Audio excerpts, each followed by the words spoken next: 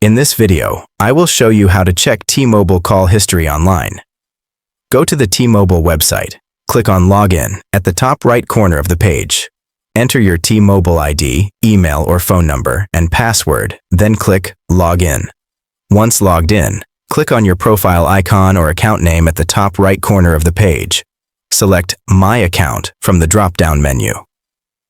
Click on Usage or Usage and Billing from the menu options.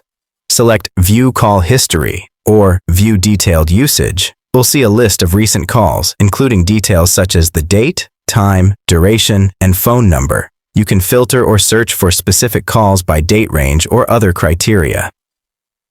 If you need a physical copy, look for an option to download or print your call history. Download and open the T-Mobile app from the Apple App Store or Google Play Store. Log into your account. Sign in using your T-Mobile ID and password. Access Call History. Tap on the Account or Usage tab. Select Call History to view your recent calls. Thanks for watching. Please don't forget to like and subscribe for more.